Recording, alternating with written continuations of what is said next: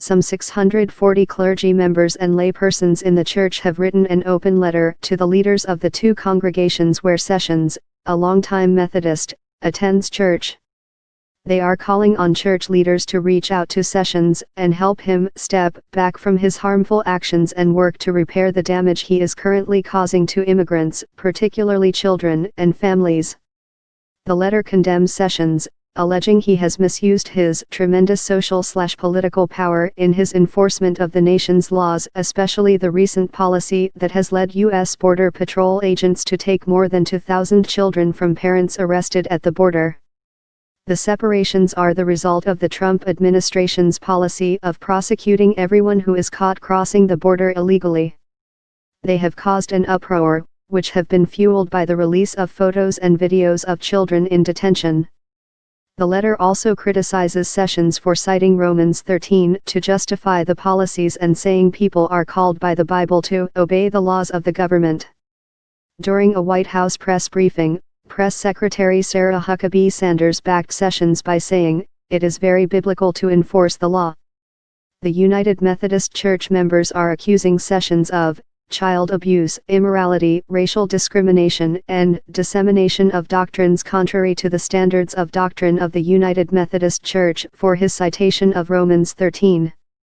The letter claimed that while other federal government employees are also guilty of the charges against Sessions, the Attorney General is accountable to the Church.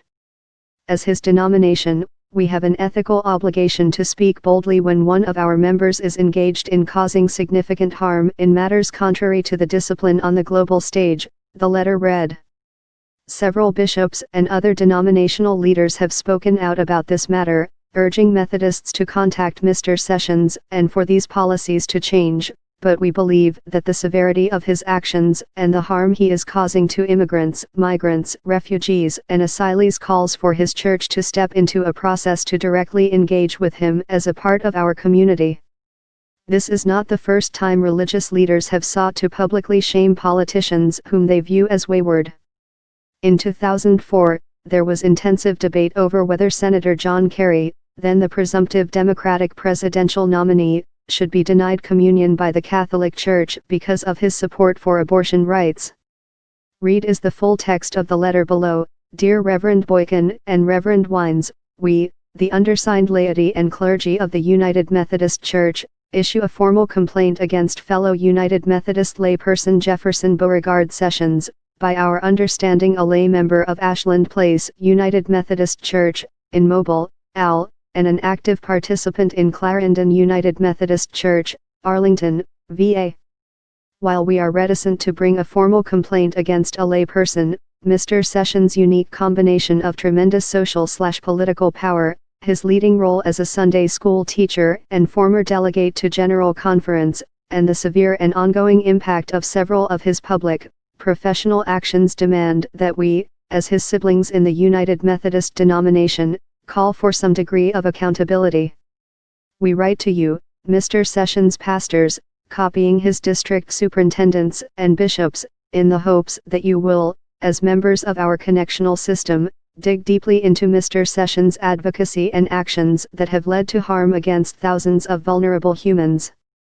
As members of the United Methodist Church, we deeply hope for a reconciling process that will help this longtime member of our connection step back from his harmful actions and work to repair the damage he is currently causing to immigrants, particularly children and families.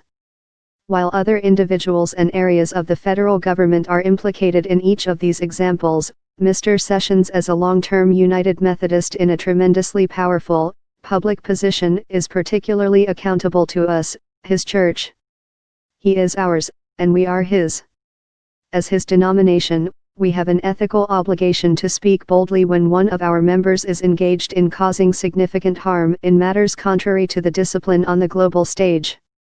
Several bishops and other denominational leaders have spoken out about this matter, urging Methodists to contact Mr. Sessions and for these policies to change, but we believe that the severity of his actions and the harm he is causing to immigrants, migrants, refugees, and asylees calls for his church to step into a process to directly engage with him as a part of our community. We look forward to entering into the just resolution process with Mr. Sessions as we seek to journey with him towards reconciliation and faithful living into the gospel.